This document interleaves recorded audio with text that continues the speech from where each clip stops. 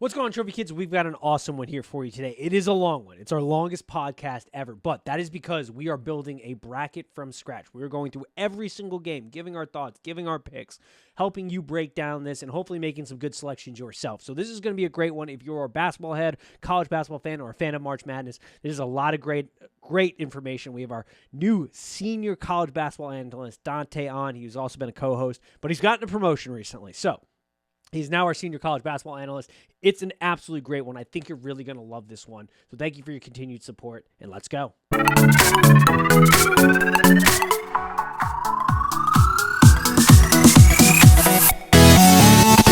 a 1, 2, 3. And welcome, Trophy Kids, presented by Bad News Media. It is March 14th, and we are finally here. The day has arrived. The bracket breakdown presented by Trophy Kids. Bad News Media store, which is a new addition to the Trophy Kids family. If you're looking to get some merch, I've got a nice little water bottle here today. We've got sweatshirts. We got city gear. We got everything. Check out Bad News Media store. We've got it all. We're going to be bringing new cities and new merch throughout the year, so make sure you're checking that out. But more importantly, we have the return of our now senior college basketball analyst and co-host, Dante. How are we doing today, good sir? I am ecstatic about my promotion. Big things happening. Make sure I won't let it go to my head. What did I do to become college basketball analyst? Nothing. But, no. Be an expert in Big Ten basketball to start. You are our go-to, which is going to be helpful for this episode. Right. No. I did. I consumed a lot of college basketball. So kids, if you just watch a lot of college basketball, you too can one day be a senior college basketball analyst. That's all it takes these days.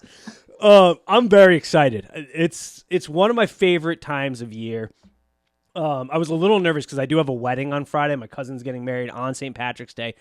She met her fiance in a bar crawl in Boston on St. Patrick's Day years ago. Shout out Mike and Jill getting married on Friday. I will be there for the wedding. But I had a bit of a panic because I saw Xavier get slotted for a Friday game. And I was like, oh, God, when is this? Please be the noon game. Please be the noon game.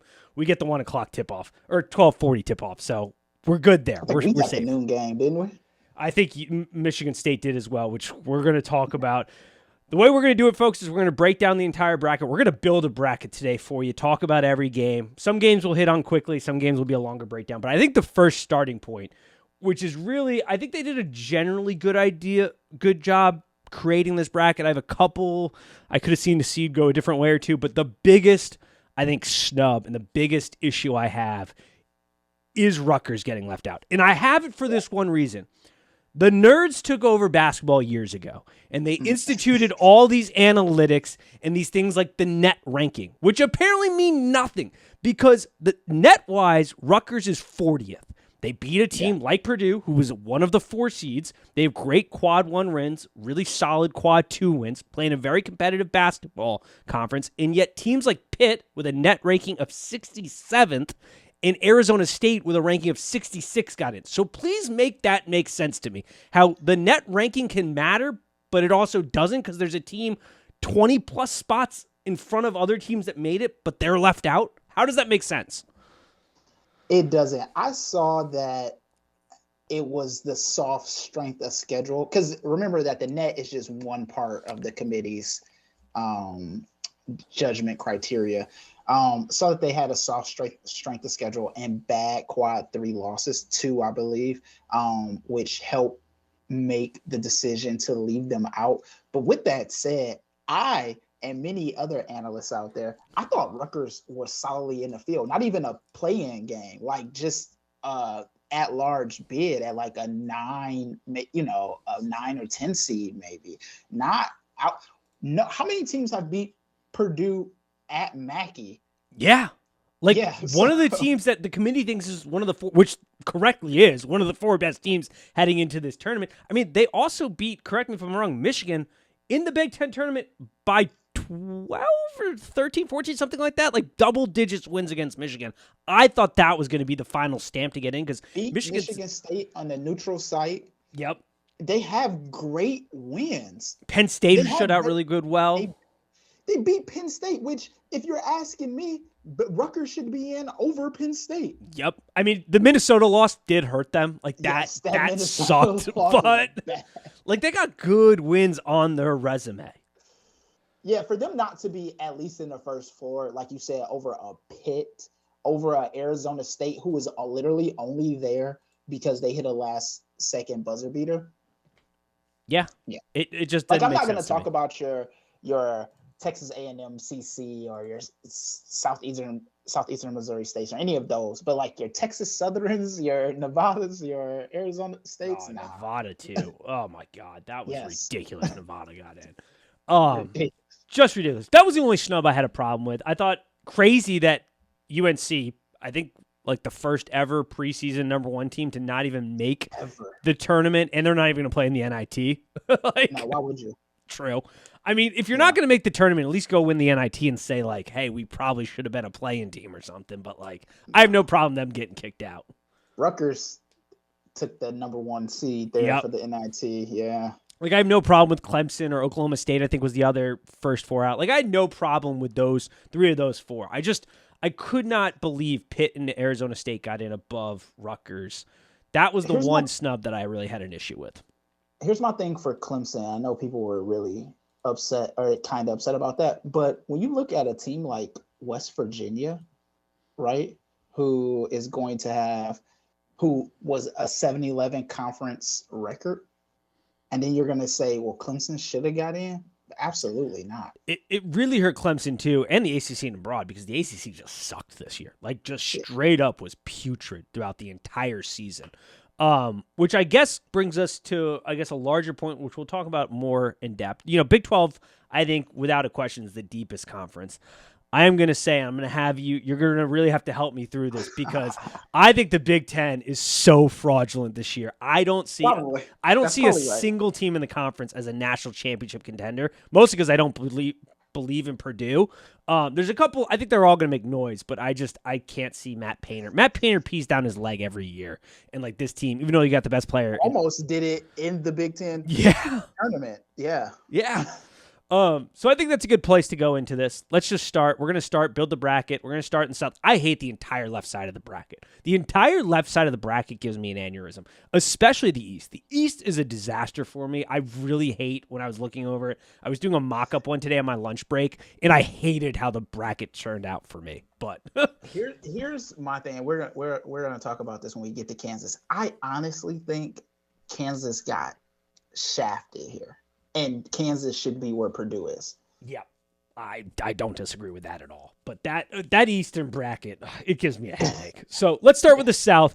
Alabama, I think it's easy. They're winning that game. Alabama's the best team in the country to this point. I like teams that have, this is going to sound really messed up, so we're going to have put a little caveat. One of the key themes, though, for me picking teams is always like, have they had any adversity? Or do they, Texas is a great example where they lose their coach and they play really well. Or you got teams that go on the road and play really great. Alabama's got the bad type of adversity, but the fact that it didn't completely derail their season makes me almost feel like it matters. A life was lost. Nate Oates is arguably not a good person for the way he handled it. He's kind of an arrogant prick, in my opinion. That's just my opinion, not facts, just an opinion, people. But they did overcome that. So I was almost coming into the SEC tournament like, I'm out on Alabama. They're done. Like, they're not going to be able to overcome this adversity. But they've sort of shown that it didn't really even put a bump in their road, and they are the best team in the conference coming into the tournament. Yeah. The Brandon Miller situation is a bizarre one. Terrible. And if we know that if that was you or I, we would be sitting in a jail cell right now until the police sorted everything out. And nobody would be telling us that it was just bad, wrong place, wrong time. No, absolutely not. No, but and even the commissioner was like, they were like, or no, the athletic director was like, "Do you think it's preferential treatment?" And he was like, "That's certainly a conversation to be had." And I'm just like, "Oh my god." Yeah. So your answer is yes. Yeah, Alabama wins that. I think if I'm being generous here, barring like something wild, I think Alabama not walks through this bracket because we've seen that they are a second half team this year. So if a team can score enough points in the first half, Alabama is vulnerable. But if Alabama, another cliche, plays within themselves, they should come out of this side of the bracket. There's not a ton of holes outside exactly what you said. Kind of a slow start team, which isn't great, which we'll talk about with some of these other matchups they're going to get. Maryland, West Virginia. This is the one where your expertise is really going to come into play here Yeah. because I initially just go West Virginia. And here, Hmm. but the problem I'm having is Maryland's got the best player in this game in Jameer Young. But Yes. Maryland could not win a road game. Their only 2 road wins are Louisville and Minnesota, 2 of the worst teams, if not the worst team in their conferences. Please make it make sense how Maryland can pull off this win or why we should even respect them, even though they do have a guy who can just go get buckets and is going to be the best player in the court in Jameer Young. Can Jameer Young score enough points to beat the entirety of West Virginia is the question that we have to answer here, right? He's averaging 15, 16 points a game. He is no slouch, right? And then we got Reese, who, if he gets hot and can play as like a second fiddle for Jameer Young, you have a dangerous team. Trust me, I've seen them in action. Here's what Maryland doesn't have. The Big Ten, at best, was a middling conference this year that beat up on itself, right? West Virginia had to play in a huge gauntlet of a conference. Yes.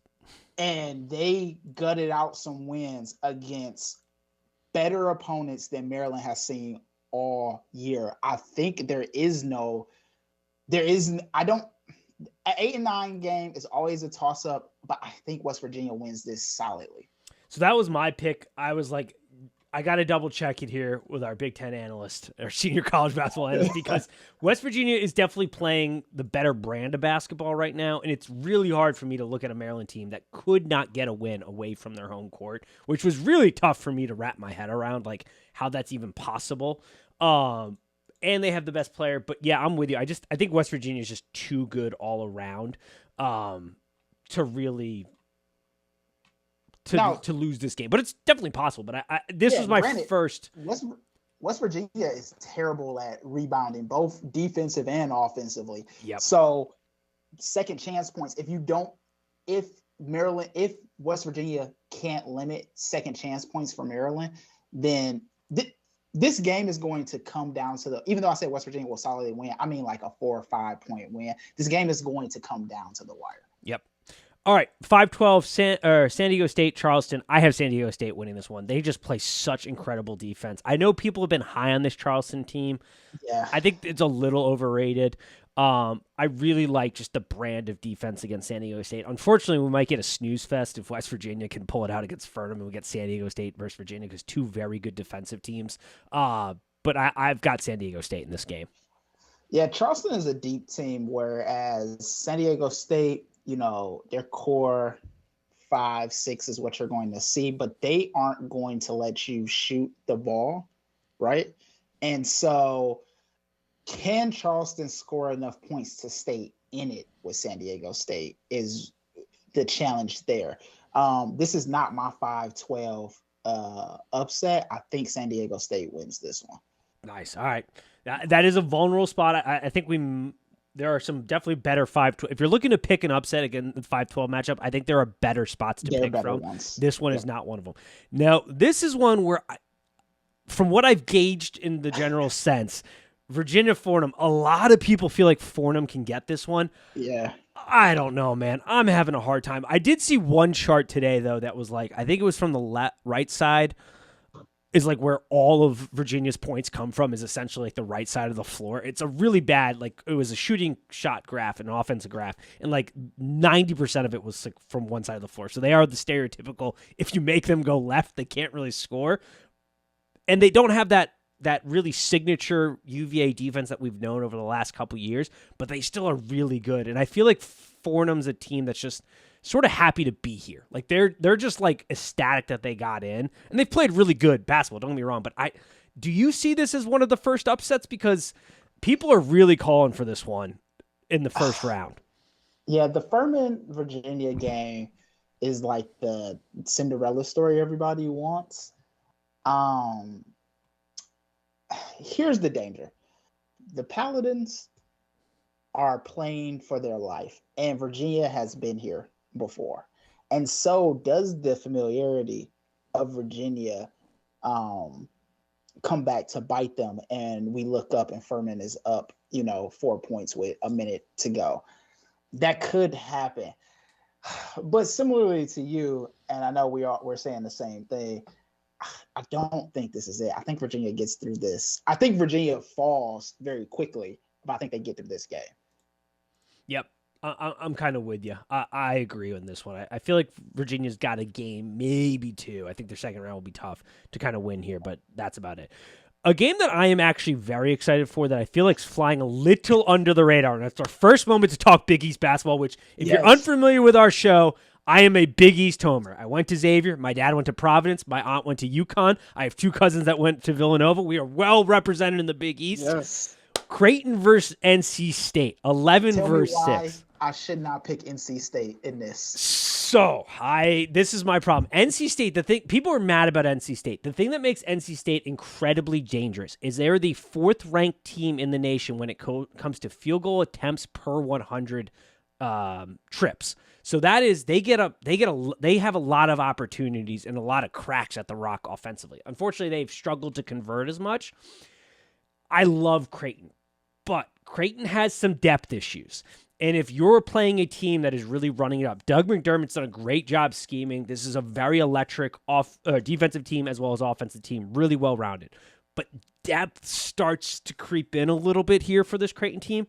I do have Creighton winning this game, but it's a really dangerous first matchup because NC State gets a ton of shots up. And if there's one thing we know about the NCAA tournament in March Madness, is it just takes one good night from the field. And if you're a team that gets shots up in volume, that is something that should scare the bejesus out of you if you're a defending team. But I really, really like Creighton as a whole in this program. I do think they're going to get out of the first weekend, but oh man, this is a tough first matchup.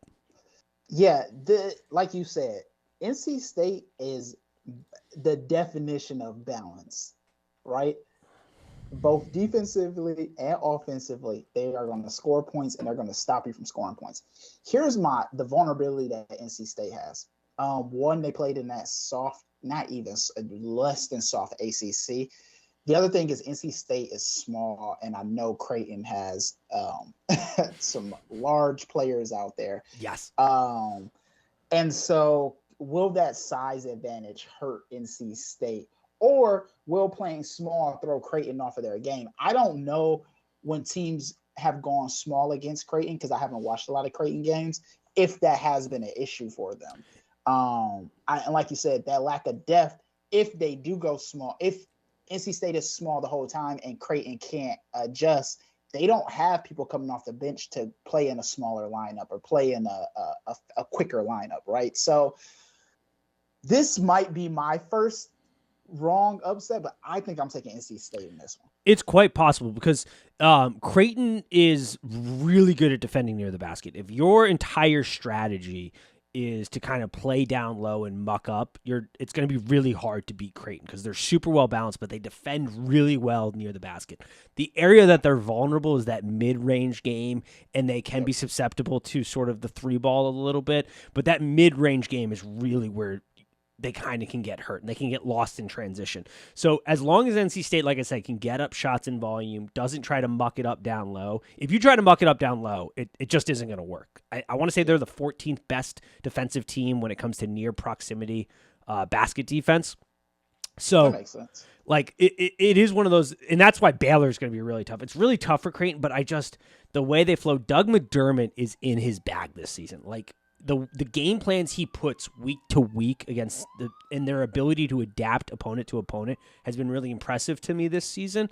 And so that is sort of why I see them getting past this game. It's just his ability to identify weaknesses and sort of go after them. He's done a really good job this season, more so than in past seasons. But like I said, this is a tough game because NC State is not a team.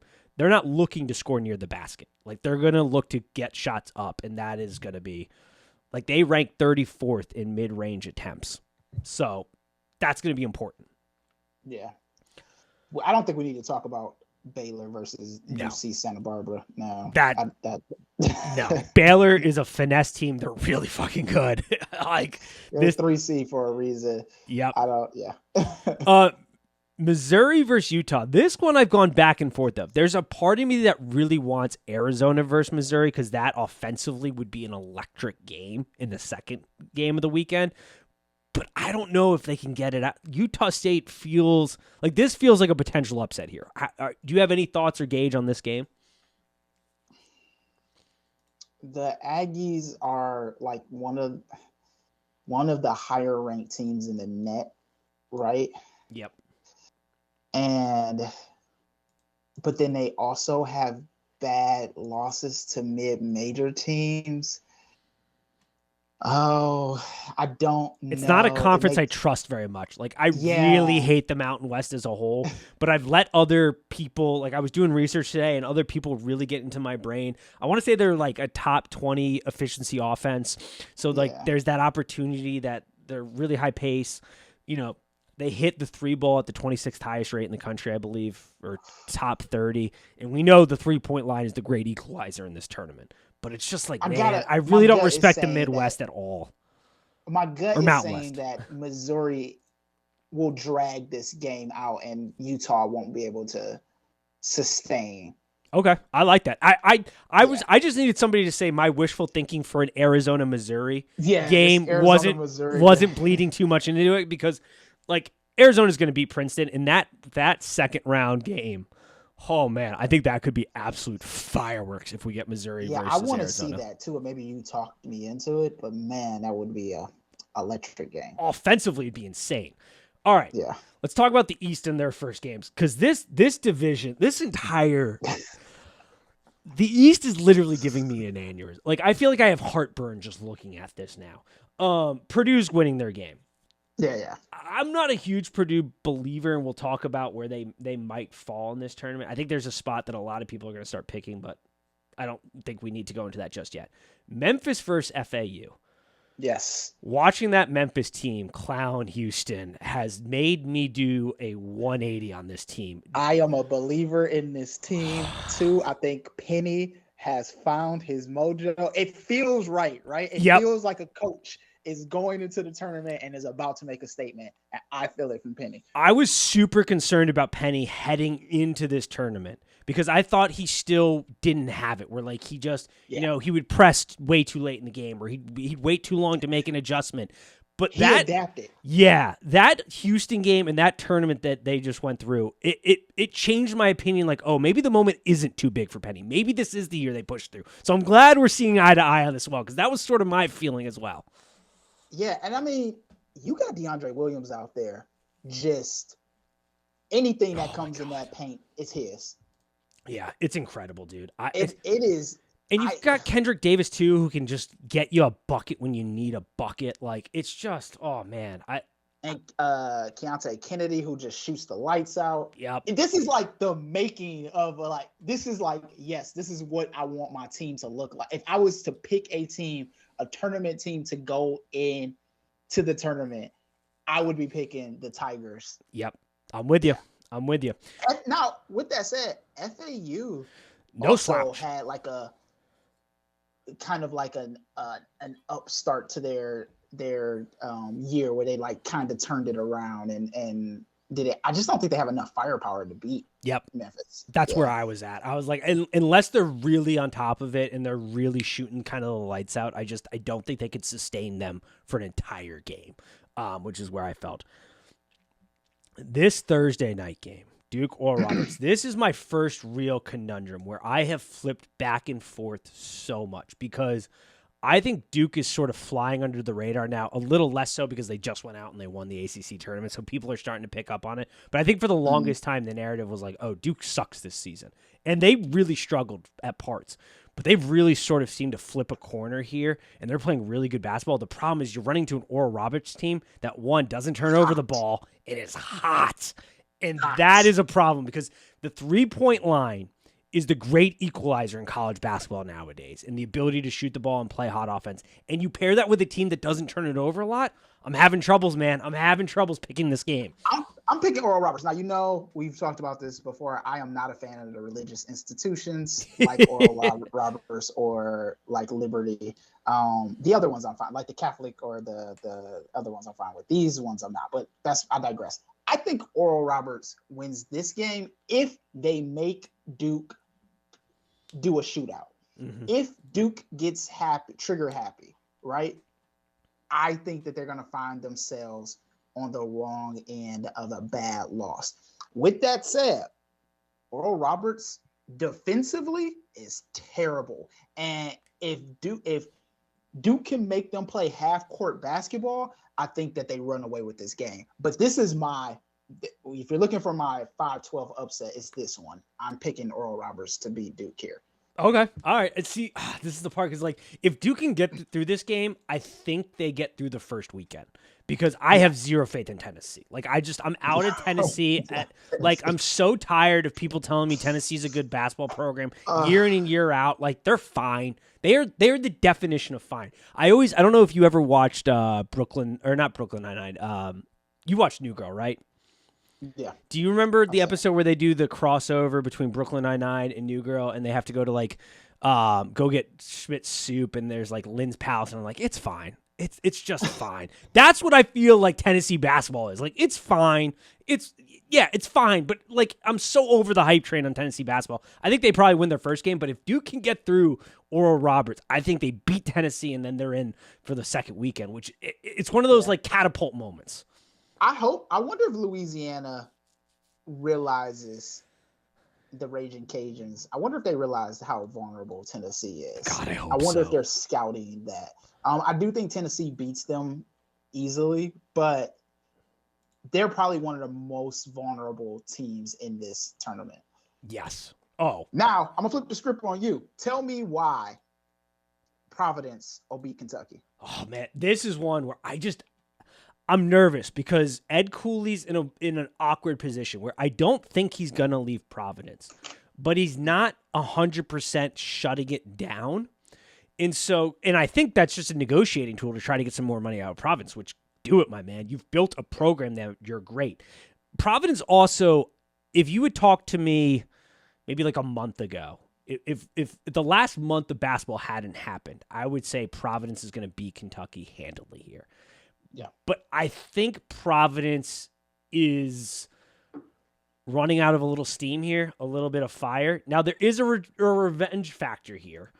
In Calipari, if you want Kentucky to lose because the content that will come out of that just from Kentucky sports radio here in the greater Cincinnati area where I'm doing it is going to be electric. The fan base of Kentucky is going to be out with their torches for Calipari's head. But I don't know. Kentucky doesn't get rid of him next year. I don't think so, but it would be so funny if they lost this game. I'm having a hard time. I'm having a really hard time finding a way. Providence is that one team in the Big East that is really susceptible. I love all the other Big East teams. I think UConn, if they play their cards right and they get really good point guard play coming up here from Tristan Newton, they could be a national championship type of contender with the way their draw looks and things like that. And we'll get into UConn. And I like my boy Xavier. They're running a little out of gas as well. And I like Creighton. I like a lot of the Big East teams. Providence, I'm really concerned that DePaul game was Yeah. And then the beatdown Marquette gave us on Saturday, which I think was more of a fatigue thing, if I'm being honest. The way we were shooting the ball, I think it was more fatigue. Zach Fremantle, we'll get to Xavier, but we'll get to that, and we'll get to Marquette here very quickly. Yeah, we're gonna get to Marquette very, very quickly. But I'm honestly having a hard time picking Providence over this because I think they're running out of steam. I think Ed Cooley, the situation with Ed Cooley right now, because there are jobs open that he would make sense for. The problem is, if I'm Ed Cooley, it doesn't make sense to leave Providence for these jobs. Yeah, I picked Kentucky to win this game, mostly because the two Providence games I watched, I saw Providence not be able to score points, and that's going to be a problem against a Calipari team. So that's why I picked Kentucky. Yeah, and I mean, there is a factor, like, Hopkins might want to show, like, hey, I couldn't even get minutes for Kentucky, and you're, like, a little bit of a revenge factor here. Like, I'm having a great season. I'm going to show you type of deal. but I'm having a hard, like, I think Kentucky, the fact that they figured out like Shibwe isn't the player that he was last year, and you don't have to force feed him the ball a ton of times, and the adjustments that Calipari's made, I think that that's enough to get them through this game. But then I think they're going to run into a really feisty Kansas State team, because I think Kansas State beats Montana State. And I really like this Kansas State team. The way they play defense, they have two great guards. Keontae Johnson's played really well and had kind of a resurgence here. The way they play defense, I love the feistiness of this Kansas State team. I think that's going to be a really fun matchup. But I don't know if maybe you see a path for Montana State to win this game. I don't think Montana State is up to winning Kansas State. Kentucky, I really like Kansas State. Kansas State is playing with a chip on their shoulder. Yep. Kansas State is a solid team. I really like this Kansas State team. Like, Kansas State is a team that if I saw them win the tournament, I would be like, man, that's a feel-good story. Yep. They're coming in a conference, playing in a conference that no other team that from like the other major conferences would be able to sustain the same record that they did, the same consistency that they did all year long. Kansas State is 7-5 versus the best teams in the country. Come on. That is, I love them. I love Kansas State. I don't think Montana State has even a chance to sniff a victory. Sorry, guys. And I am dying. I want to see that Kansas State-Kentucky matchup. See what prevails there. I'm 100% with you. And how can you not like Kansas State with Keontae Johnson, who had that extremely scary moment last year with Florida? He comes back. He's playing great basketball, too. This team is really firing. 2 years ago, right? 2 years ago. Yeah, sorry, not last year. Yeah. And they've got good guard play. And that's the other thing we know. Good guard play pays in March. Like, you need good guard play. They're getting good production out of their guards. I really like this Kansas State team. Noel is a three-point shooting machine. Yep. I really like them. Yeah, I really like them. All right. So let's talk about my Spartans versus USC. Yes. Are we feeling Izzo season? Give it to me. What are your thoughts coming into this? No. I think this is a if I'm being honest with you, I think this is a first weekend team. I think USC. I think Michigan State is a bad matchup for USC, if I'm being completely honest. I agree. I have them winning this game. Yeah, I don't. Now, it could go either way, but I don't think USC has they have the guard play. I don't think they have the inside game. They don't rebound. And if you know anything about Michigan State basketball, we lose games when Michigan State does not play their basketball, meaning we don't rebound on the offensive or defensive glass. Izzo is going to pound that into their head and say, USC can't rebound to save their life. Meaning, if we get up second chance points, if we give it up, if we limit points from them, that's great. Also, USC is hurt. Yep. That's a big story in just college basketball. So many teams are banged up coming into March here. Yeah, so they're down. I think they're down 2 people, if I remember correctly, or they're down 1 and 1 is coming back. But anybody coming back from an injury, it's a hard matchup. I don't think USC wins this game. I think MSU wins this. A nail biter, but Michigan State wins this. I don't disagree. I've got Michigan State here. I'm not in panic mode because Izzo is one of the coaches in the league, and I think you'll agree with this, that understands that, you know, your conference tournament performance, while it's nice, it doesn't matter. Like, he's a guy, Bill Self's a similar guy. I wish Sean Miller was a little bit that way at Xavier, where, like, there's a handful of them throughout the league where it's like, I'd rather almost get the rest and ability to just practice and prep for the tournament than blow our load in the conference tournament and kind of take some tread off the tires. And I think that plays to Michigan State's advantage here. Get that loss out of the way. Yep. Yeah. And I think that plays to their advantage here. In sort of a little bit of a humbling act, really helps drive home that message about, hey, we got to be tough on the glass. We got to put in the effort. We can't come in and have the front of our jerseys mean something, because it doesn't mean something this year. Can I? Is it time for Dante Conspiracy Corner? Yeah, we can do that. I won't take our new segment. Yeah, Dante's Conspiracy. We're gonna get a banner for it. Yeah, some good music. We could have had. We could have played lesser opponents, right, than USC. We could have played one of the play-in teams. We could have played Drake. We could have played. There are plenty of teams we could have played here, and we play USC. Why? Because USC is coming to the Big Ten next year. This is a game in the middle of the day. This is a game in the middle of the day between two marquee programs, the Spartans versus the Trojans. Yep. Welcome to the Big Ten, boys. All they're going to do is hype up like this is a matchup you're going to see multiple times next year. This is a matchup. Yeah. This is not a crazy conspiracy. This is exactly probably how they did it. If nothing else, the NCAA is marketers and love storylines. I 100% think that's it. Yeah. And I mean, it's the same reason we had Duke in our bracket last year, right? It was Coach K's last hurrah. Who he can go out playing Izzo. Who doesn't want to see that? Yeah, I'm 100% with you. Yeah, no, I that's not too crazy of a thing there. All right, Marquette, Vermont. This one can be quick. People are buying into Vermont. I'm not. What? I don't know if people are buying into them, but I think people think Marquette's a weak 2 is essentially what I guess I should be saying. Oh, that's probably right. Which means that they're a strong 3. Yeah, they're a really strong 3. Right, and yeah. This is why this bracket gives me such a hard time, because the way it pans out, I got Marquette going way further than they should be in my mind, because I know Marquette's a really good team. Defensively, they're great. Vulnerable. Offensively, yeah, there are times there. So, or I shouldn't say great. What was I going to say? Where was I going with this? Oh, I think Shaka Smart's reinvented himself. He's done great things with this program. I want Marquette to be good for college basketball because I think a healthy Marquette is really good. I mean, this is the program that turned out guys like Jimmy Butler, Dwayne Wade. They spend an enormous amount of money on basketball.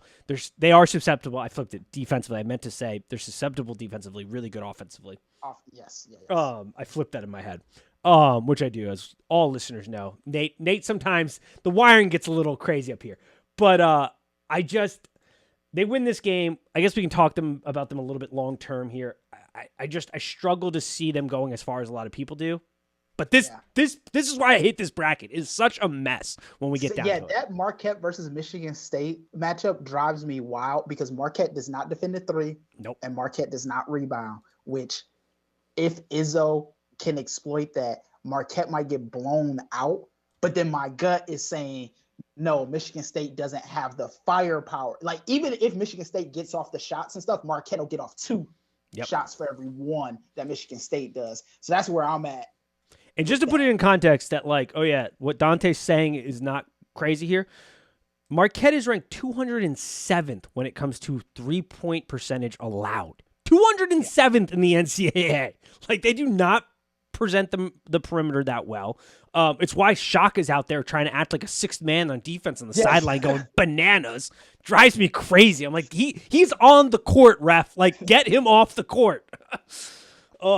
Which is kind of a thing. With that said, Marquette has bludgeoned the top 25. Yeah, this is true. And this is, they did that whole retreat in October or whatever, where they went and Shaka kind of redefined the program. And I think it's working with this group of guys, but I do always get concerned a little bit with like a Shaka-led team, where it's like the coach is just going bananas on the sideline for defense. And like, if you're in the heat of a moment, is that really helping? Because, it's hard not to lose your cool and just be like, shut up, I got it. And like, I don't know, he's just so crazy at times. It's tough.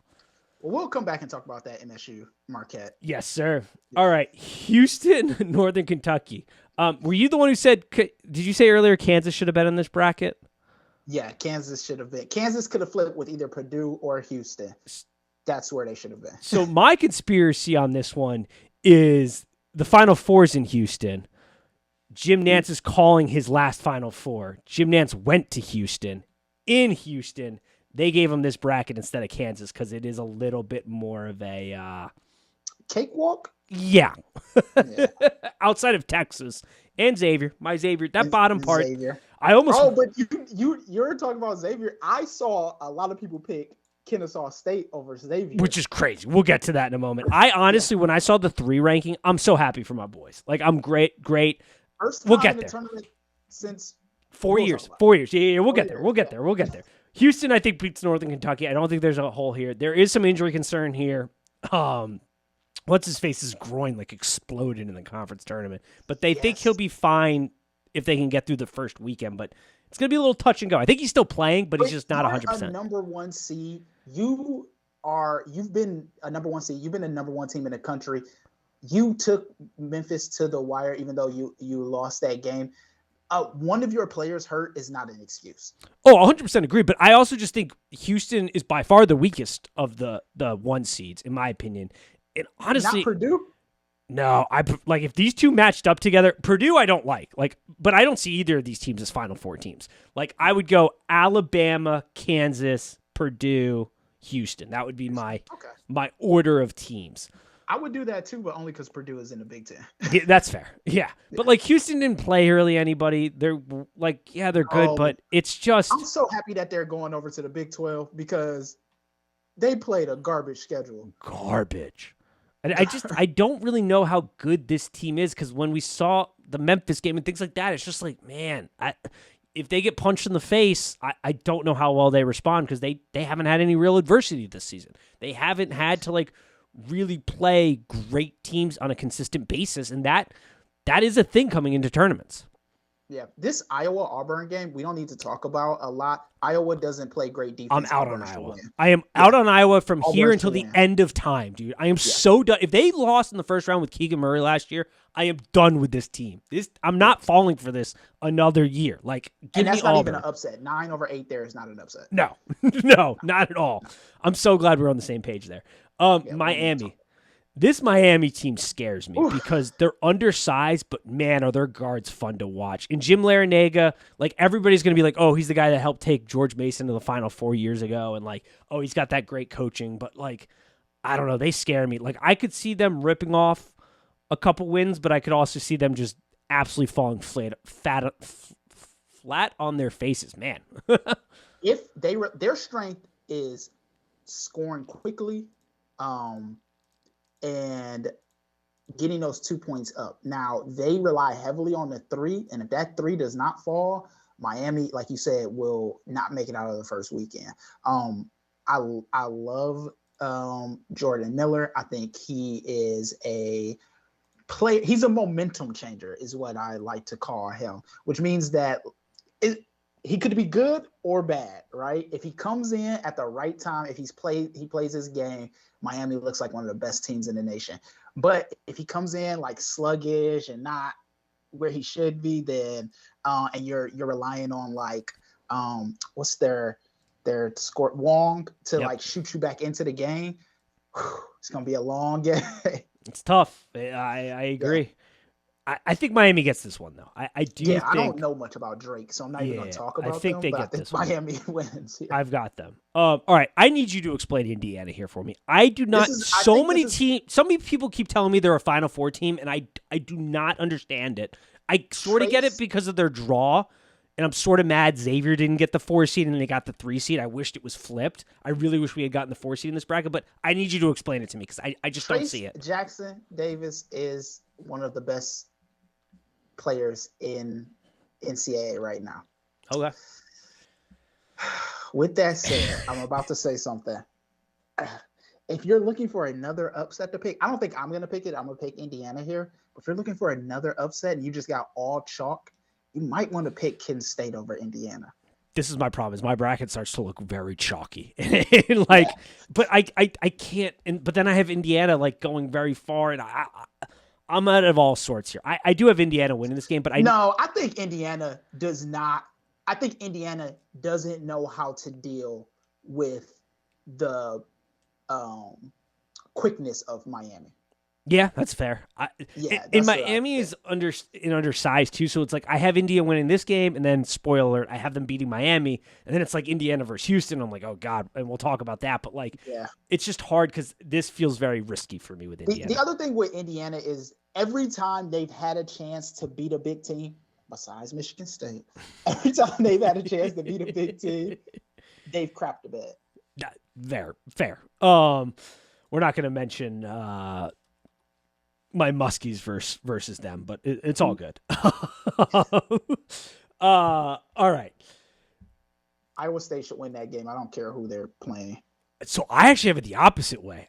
You think Mississippi or Pitt will upset Iowa State? Talk to me. I think Mississippi State. Yep. My thinking is Mississippi. So this is relying on Mississippi State beating Pitt. I don't think it works the other way around. But I think Mississippi State wins that game. And then I think you have an Iowa State team and a Mississippi State team that both rely on kind of getting dirty and getting muddy. And I think when you don't have like a team that is high variety, that's not the word I'm looking for. Their game plans are very similar. And so I think that opens it up, at least in my opinion. And maybe I'm reading the situation wrong, but I view these two teams as very similar as like, let's get dirty and let's get muddy and kind of muck it up and play really good defense and go from there. And that's why I think Mississippi State could pull an upset here with this, because they do just enough good where they're really good defensively. Offensively, it's tough, but they play really good around the rim. And anytime a team plays really good around the rim against a team that does a very similar thing, I mean, Iowa State does guard against the rim really, really well, but they're also going to look to do that. They're both going to look to play around the rim. And that, I think, creates a recipe where it's like, one is not a superb three-point shooting team. One's not a superb, like, volume shot team.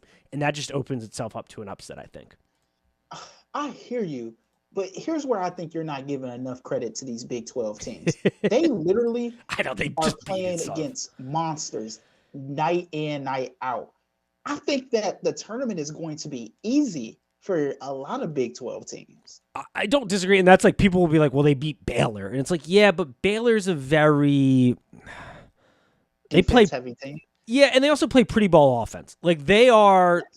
They are, let's not get dirty with it. Like, they're pretty boy offense. And so it's stylistically different, and that opens itself to variable. But I think these two teams stylistically are so similar that allows for the kind of grittier team. I do almost wonder, like, Iowa State feels a little like we're in the best conference. This team's below us, and that's the recipe for a potential upset. So that's why. Now, once again, if Pitt gets this, no. Iowa State's winning. But I think this only works if Mississippi State wins. It wins against Pitt, because I just think they can muck it up so well down low that it just creates a very high. I'm trying to look for the word. High variable game, or I don't know. I'm not describing it well. There's a lot. We'll wordsmith it later. Yeah, we'll wordsmith it. We're gonna cut this out, and you're just gonna see Nate in a completely different outfit on the YouTube, like tomorrow, being like what the word I'm looking for. But yeah, it's one of those. Tell the listeners why Xavier is coming out of this weekend. Oh, my Xavier. Hold on. I got to look up this word that I'm looking for. This is great. You also got to flip. No, you can't flip the light on because of the issues that you're having at your home. Correct. But, yeah. Pretend the light is on. Yeah. Oh my God. I can't think of the name of it. Whatever. I'll figure it out here. All right, Xavier, let me talk about Xavier. First of all, I need people to stop talking to me about Zach Freemantle. I'm aware Zach Freemantle is out. That does nothing for us. We've had a month to get used to life without him. Defensively, we are much better. Like, Zach Freemantle, God love him. I hope him nothing but the best in his recovery. I have a feeling he will not be with the program next year. I think he'll probably look to transfer. But defensively, he's a liability. He has another year? Yeah. Oh, so many guys have another year. Like, Jack Nungy still technically has a year, but I think he did a senior night this year, so I think he's calling it this season because he's just old and is like, I'm done with college basketball. But technically, our only three seniors are Shule Boom, Kunkel, and Jack Nungy, technically. So everybody else has eligibility. I thought Shule had another year. No, Sule's done after this year. Shule. So liability defensively. Offensively, he added depth, was good offensively. I don't care. We've adjusted well. We have great guard play. We have one of the most underrated NBA prospects in the country in Colby Jones, who has been absolutely eating this season, especially towards the end part. Not only is he getting good rebounds, not only can he pass the ball, he can score from every position. He got absolutely yoked in the offseason, so he doesn't avoid contact. We got great point guard play and guard play from Sule Boom, who is an absolute electric factory from Sean Miller, who completely reinvented himself offensively. You look at this Xavier team versus his Arizona teams, they look nothing alike. It's high speed, high paced, basketball. We're getting great guard play. We got 7-footer and Jack Dungy down low. The concern would be depth, and a lot of people will look at the Big East tournament. To me, that was a fatigue thing. We just played so many games back to back. We don't have a ton of depth. In the NCAA tournament, you get some breaks. Defensively, people are like, this team is really bad defensively. But I need you to look at the last, and they're going to be like, well, I forget what game where it was. DePaul, for example. That's not the game I'm thinking of, but the DePaul game, they went off. All right, DePaul shot really well. But without Fremantle, our efficiency numbers have gone way up defensively. Like, we've gotten better in the last month. So you take that last month sample, they're better defensively. They're really good offensively. I love this Xavier team. People say they're fringe Final Four. I don't necessarily see it, but if we get enough breaks, I could potentially see it. But I think this team gets out of the first weekend, and they are a really tough out for probably Texas in the lower part of this bracket. I love my Xavier Musketeers, and I'm removing my biases. That's what I got for you. I mean, okay, Xavier. My great points for Xavier. I've watched Xavier all year. They're 8-6 versus Quad 1. They are a battle-tested team. They are a team that's going to go out there and not give up, right? The Musketeers can shoot the ball. The Musketeers can speed you up. Now, that's something you're not going to see in some of these, and like, that's not a percentage you're going to come, but that matters when you're controlling the pace of a game, right? And Xavier, Sean Miller and the Musketeers can do that. I got 2 points against Xavier here, and I'm picking Xavier here. I'm a Xavier fanboy too by proxy. We got 2. We appreciate it. 2 points here. Xavier also does not. What is up with your Big East teams not defending the 3-point line? Yeah, it's been tough. It's been getting better, but yeah, it's not good. I think we're like outside the top 150 when it comes to 3-point percentage made against us. And then I need to play the Degenerate Report music right now. Xavier is 3-6 against the spread, whereas Kennesaw State is 3-1. Yeah, I mean, that's just spread, though. That's just betting. Here, you want to talk about our offensive consistency? Versus average appointment, we are 5th in field goal percentage made, we are 5th in 3-point percentage made, and we are 5th in mid-range shots made. That is consistency that you just can't get anywhere else. And that's against the average opponent that we rank top 5 in all 5 of those offensive categories. The concern is definitely defensive. Don't get me wrong. And the reason we got so blown out against Marquette is we just had a really bad shooting night, some bad shot decisions. And like I said, I think that was more the legs not being able to feed the beast because there's just a fatigue factor in there, which I almost kind of wish they took the Bill Self, Izzo approach where they're like, screw the tournament. I don't care if we lose in the first game. It was fun, but like I would have rather just rest because there is a depth concern, especially down low if we get in foul trouble. But man, and you got Claude getting way, way better. He's a young freshman that should be on everybody's watch list right now. Like, it's just, we got so many dudes in the front court. We're hard out. Yeah. Xavier wins this. I like Xavier. Let's talk about this Texas A&M and Penn State. I think this is one of the most interesting matchups in the tournament. I do as well. Texas A&M, who could easily have been the SEC regular season champions, right? Texas A&M also easily, I mean, it could have been. Are they the most dangerous 7 seed we've ever seen? Like, I don't know how they got the 7th seed.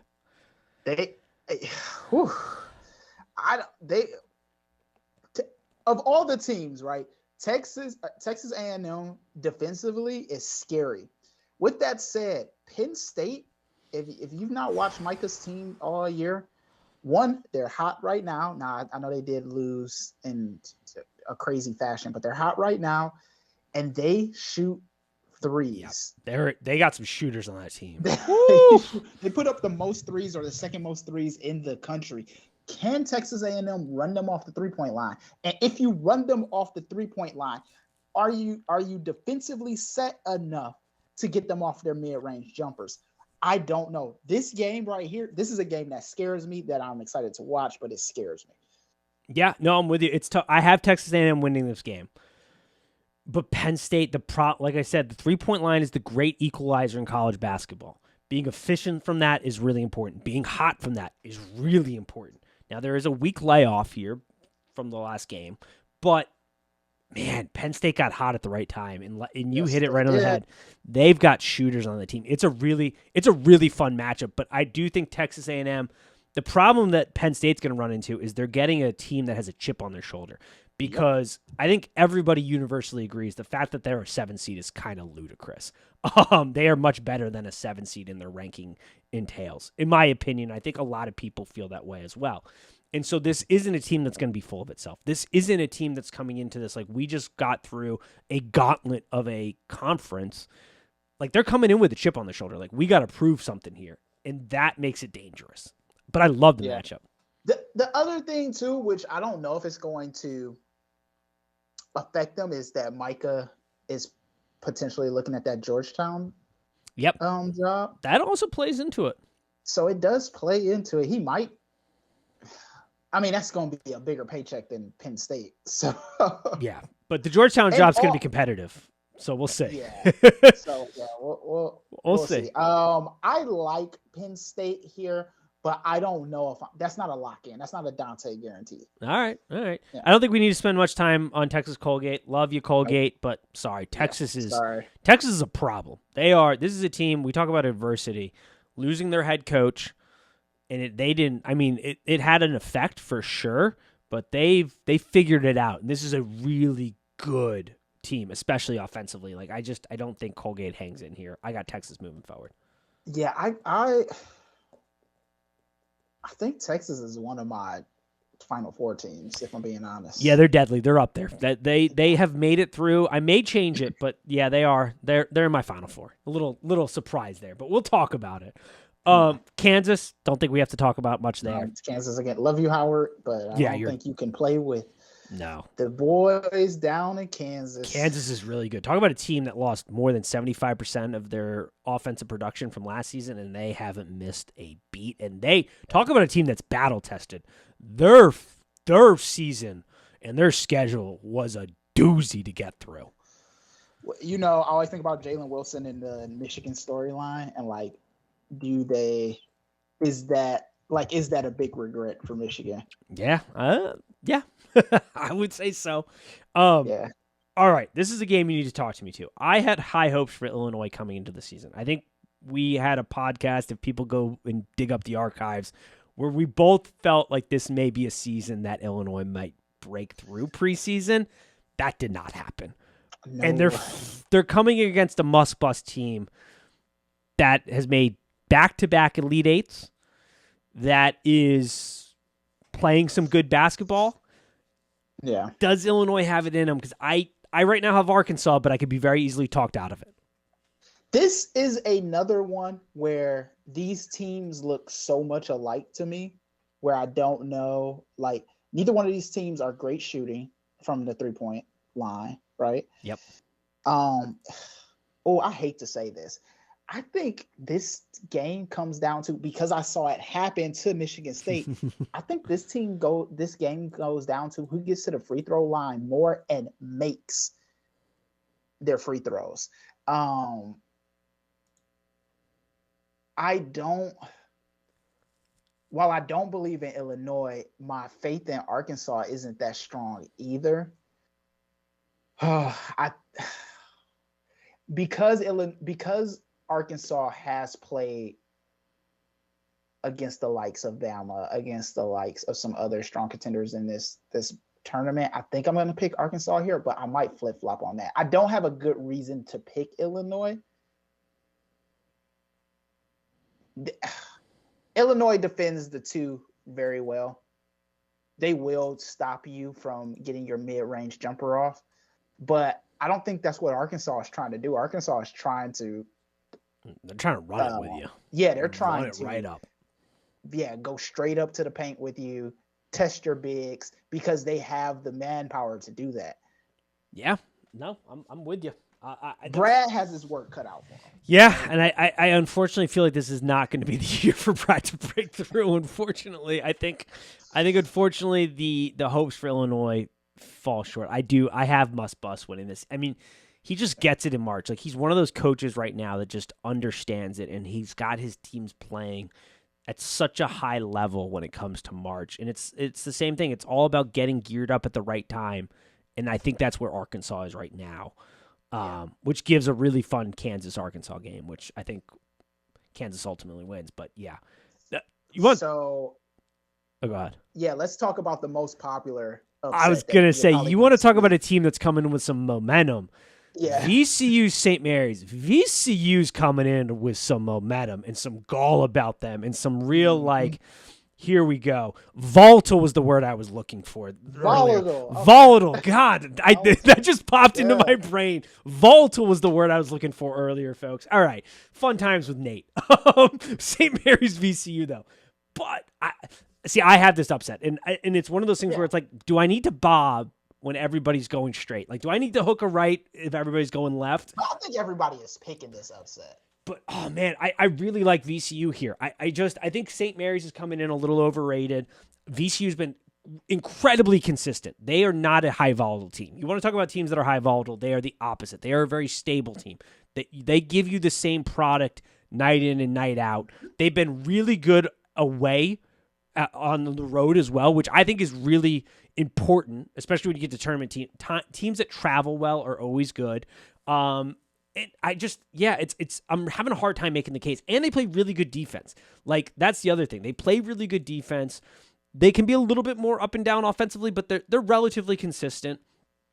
They play well down low.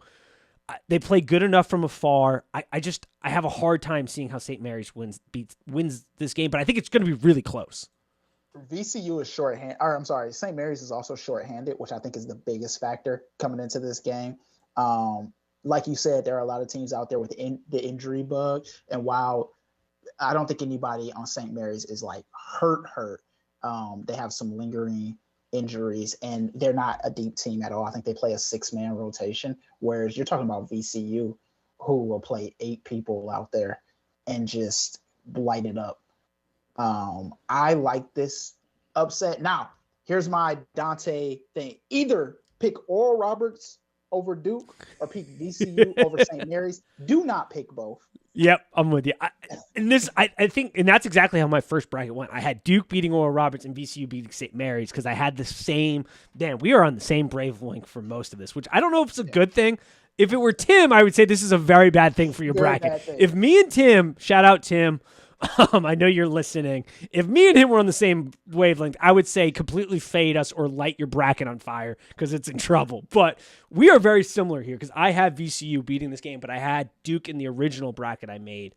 Yeah. I'm going to flip that. Yeah, I got Duke now winning. I've got VCU. I'm sticking to my guns on this one. Yeah, stick to your guns. If you don't pick both of these. Both of them won't happen. Yeah, this is very true.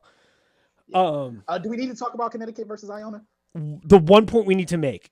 Talk about crazy coaches going at it. You got Rick Pitino and Dan Hurley going at it. I mean, this is a sideline game. Yes. The sidelines, Pitino and yes, Dan Hurley. That's the only thing. UConn's winning this game. The only point, we'll talk more about UConn later when there's a matchup to talk about, but that's my only note is like, this is a sideline game. This is a coaching personality game with two just lunatics going at it.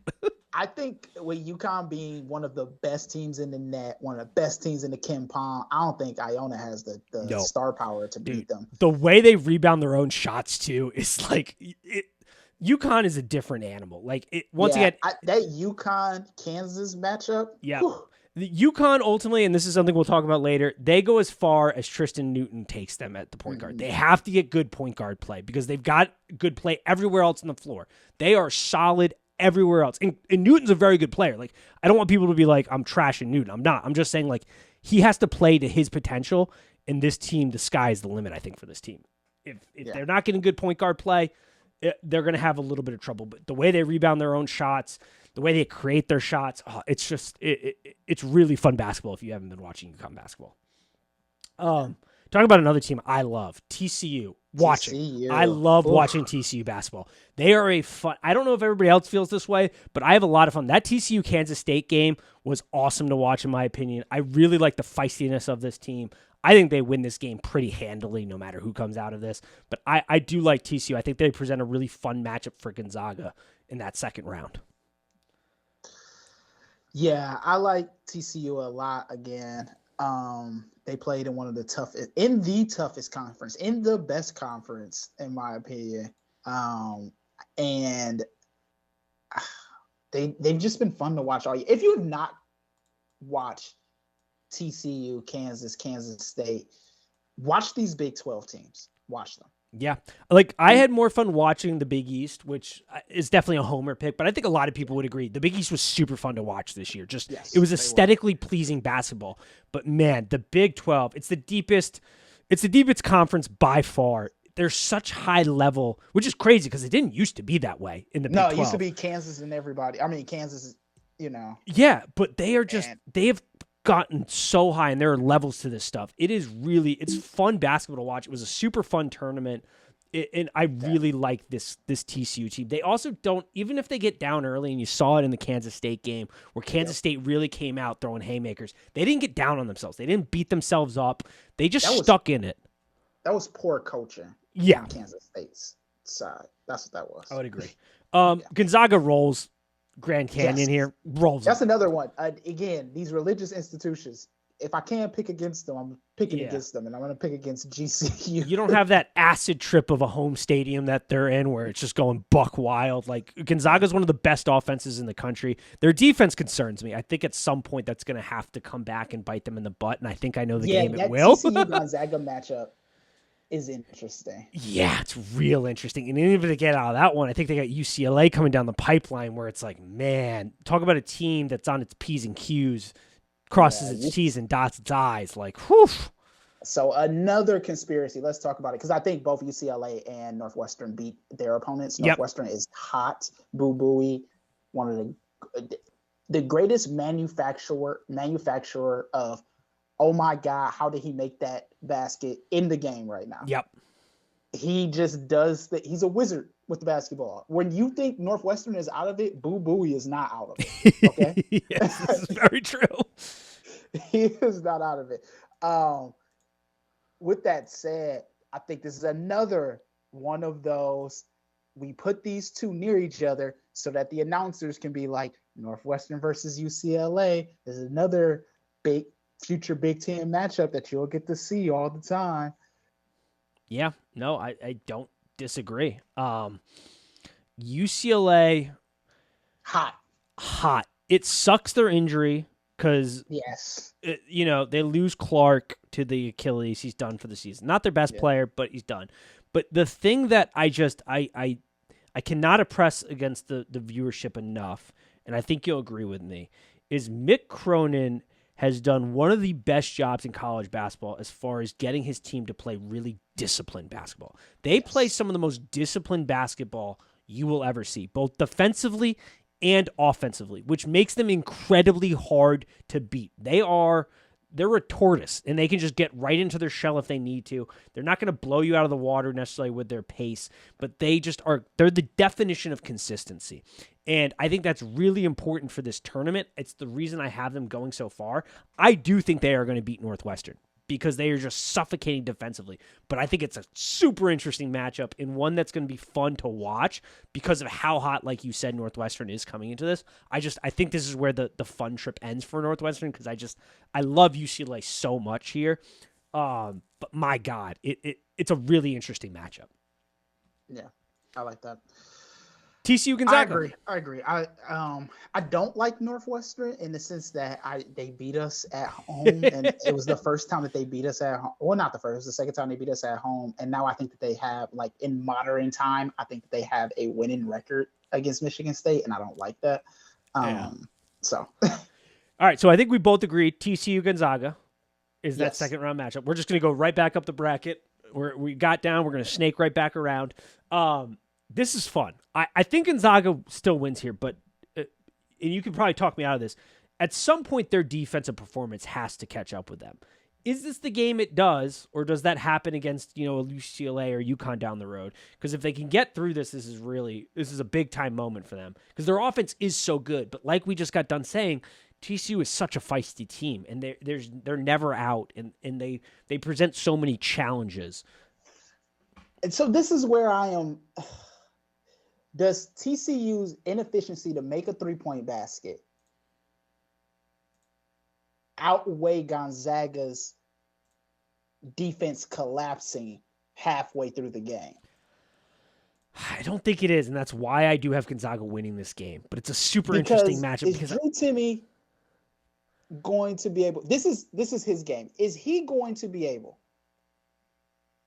to get in the middle of TCU's the teeth of that defense and score in the paint?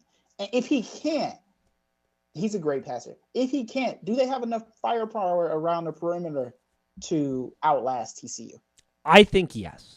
I answer that question yes. My concern Now, is their remember, TCU defense. is like 19 or 20 in defensive efficiency. Right.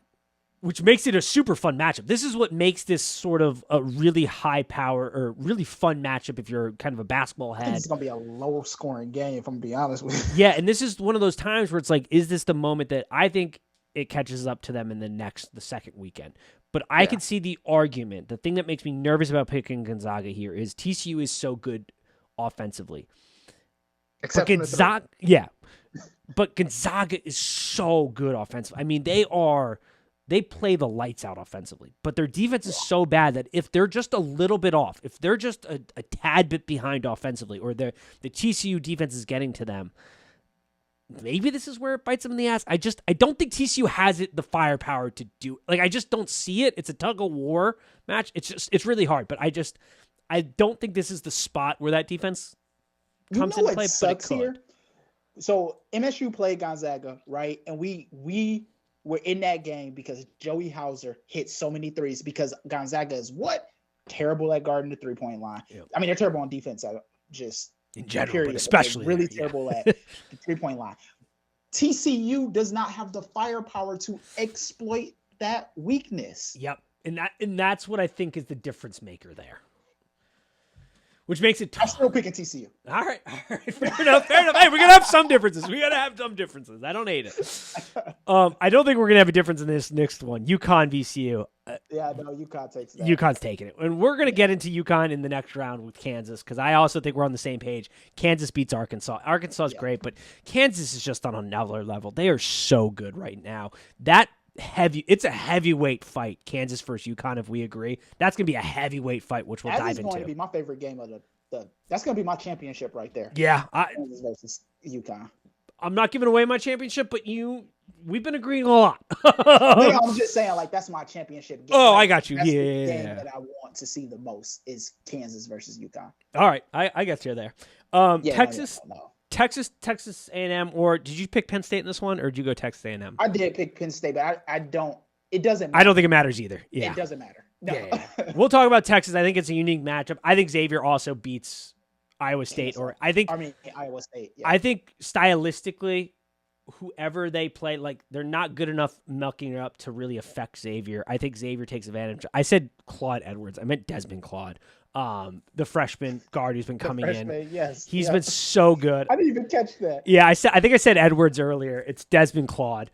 But you know what I do? Michael Shrewsbury. I want to say Michael Parsons all the time because he played for Penn State, right? I do think Xavier gets out of the first weekend. Folks, I'm putting away my homer bias. If I was really a homer, I'd put Xavier in the Final Four like Clark Kellogg did. But I would in this podcast. Yep, but I removed it. I don't think we have that juice, but I am excited. I do think we make it to the second week of the tournament. I think we're just there's too many things you have to account for when playing Xavier that I just don't think Iowa State or Mississippi State or Pitt, either one of those three that comes out of that game, or Kennesaw State has it in them to break that Rubik's Cube. Texas, different story, but I don't see them losing in the first weekend. So you talked me out of picking Miami here because I was picking Miami over Indiana here. So this is my problem. The reason I didn't, because we watched Indiana, and this was way earlier in the season, play against Xavier. And the brand of basketball they play makes me very nervous for a team that is undersized at the guard position, which Miami is. Because Miami's really good, but being undersized against the brand of basketball, I saw at least earlier out of Indiana. Now, I did not follow Indiana closely for the rest of the season. But in that game, the way they defend and the way they can play offensively and the physicality they can bring to it makes me really nervous to pick a Miami team that I think is a little undersized and maybe just doesn't have that in them to kind of muscle it out. If Trace Jackson Davis has a great game, Indiana wins that game. But then that brings me to that other conundrum. Now, if Trace Jackson Davis has been hot, does Houston stand a chance against No, Indiana? and this is the part that I hate because I have Indiana winning Yeah. that game too. Like I have Right, Indiana yeah. beating Houston, and then I have Indiana in my Elite Eight, and I'm Elite like, how Eight, did I get yeah. here? Does Indiana deserve to be in the Elite Eight? That sounds I don't know, but people keep asinine. telling me they're a Final Four team, and I'm like, well, No, maybe my that's thing isn't as wrong. crazy. That's wrong. If Indiana meets Texas, they get blown out. This is fair. This is also very fair. Yeah. Which I do have Texas. I guess we'll just finish this bracket. I have Texas making the Final Four. Yeah, I got Texas making a Final Four there too. That is an interesting matchup though. Xavier versus Indiana for the rematch. Oh, Or you get, Xavier, Indiana. And this is the thing with Xavier potentially doing this. I think this is a good point, too. Travis Steele ate a lot of shit when he was at Xavier, and rightfully so. But we owe Travis Steele a huge thank you because one of the reasons Sean Miller has been so successful is the recruiting job and the talent Travis Steele got to Xavier. Now, he was not a good X's and O's coach, and for many reasons. But the talent is almost universally Travis Steele's talent that Sean Miller is winning with. Now, he unlocked that talent, but we would not be here without Travis Steele. So I want to give that point because Xavier fans have been extremely hard on Travis Steele. Rightfully so in some points. We missed the tournament for 4 years. And Sean Miller unlocked that by bringing the money bags. Correct. Money bags and changing the offense. And changing the offense and not being so stubborn about who plays and who doesn't play. The stubbornness of Travis Steele. I never understood. Oh it my about Travis God. Steele. It reminds me of Izzo. It was so bad. It was so why bad. Also, you recruited these great players who have talent. Sometimes drop the X's and O's and let them play, which Sean Miller is really good at. And he's allowed the creativity to flow into this offense, and he's allowed the players to sort of have some input in this, and it's run really beautifully. And Sule Boom has been a huge revelation and has reinvigorated his career at Xavier. And that's what makes this Texas-Xavier matchup, though, in the Sweet 16 so interesting, which I think we should talk about. I do have Texas winning this game because I just don't want too much of my Xavier bias. But I don't think it's out of the realm of possibility that Xavier makes the Elite Eight, which then makes it crazy because then you might have Indiana in the Final Four. But Texas does so many things so well. Yeah, so my problem is future, right? I think Xavier versus Indiana is a bad matchup for Xavier. I don't disagree. And that's why I'm like, shit, then Indiana's in the Final Four. Yeah. But you have a team in Xavier that can do so many things, especially when it's a little bit well-rested offensively. It creates so many conundrums. And defensively, they've gotten just a little bit better. But the problem is Texas is so good offensively that makes it almost a heavyweight fight. Like, which offense is going to break first? Because I think even though Texas has been very good defensively, they can be exposed from the three-point line. And one thing Xavier can do is they can get hot. And they don't have just one guy. They've got 3 to 4 guys. Jack Nungy, the 7-footer, can play away from the rim and play off ball and hit threes. Like, there are so many guys that it just becomes one of those, like, if the shot falls, this is going to be really fun. I really understand that. I do. I hear it in your voice. Xavier is weak at the three-point line. I know. Too, and I think Texas can exploit that. It was why I have Texas winning that game. So, folks, I do have Texas beating Xavier, but I want to point attention to that game because that game, if you like offensive basketball and that game happens, that game is going to be absolutely electric. That's going to be an automatic bet the over and call it a day and sit back with your popcorn and watch because I think offensively it'll be wild. But yeah, Texas will get the stops they need. I think that's where Xavier ends it, but it would just be super interesting matchup wise. And that's the other thing too, like if Xavier pulls off that win, it won't be an upset. It's 3 versus 2. It won't be an upset. Xavier versus Indiana is craziness. A crazy game to watch. And I think Indiana gets the better of us again. I mean, Xavier's been really bad in situations this season. We somehow have not learned this. If we have the ball to end the game, which we did in Indiana, we've had it a couple other games, for whatever, our brains just like shut off and we just don't get a good look or a good shot opportunity. And so that's what happened in that Indiana game. I think if we see them again, and that was the benefit of having Cintas, which is one of the best home court advantages in all of college basketball. I don't think we win that rematch, but that would be interesting. And then you have Indiana in the Final Four, and I hate it. I hate it. Indiana in the Final Four makes my brain break, and I don't like it. And no. Nope. Yeah. Because something worse than a good Tennessee basketball fan is Indiana Oh my being back God. on top in the basketball world, none of us will survive. Shout out my boss who's probably listening to this, who's an Indiana grad. I do not want to hear it. I do not want that satisfaction. I'm sorry. All they have to do is make it to the Final Four. They don't need to win a game. Yeah, no. All they have to do is make it, and the Indiana fans will not shut up. Hoosier basketball is back on the map. But Yes. I have Texas winning this bracket. I love how we just blew right by Houston. Like, Houston's not beating Indiana. No. Houston will not beat Indiana. No. They beat Miami if L- Miami gets there, but I think they beat Miami if Miami. I don't think they beat Indiana. The caveat: if they do get whatchamacallit back, maybe they do beat Indiana. Yeah, maybe, but I don't know. You're out of rhythm at that point. That's when Indiana will show, like, yeah, the Big Ten was weak, but the American or whatever Houston plays in was weaker. Yeah. All right, so we got Texas in the Final Four from that bracket. Yeah. All right. Do you want to shoot back down? We're on the same. I'm just shoot right back down. All right. Where do we are? Kansas, UConn. UConn. Yes. Holy cow! Just why don't you set the scene? I've set the scene for a couple of these as to why this is one of the best college basketball games of the year if we get it. This is, like I said, this is my championship game here. This is the game that I want to see. This is the game that I will have popcorn for. We are talking about some of the best backcourt playing teams you have seen in your life.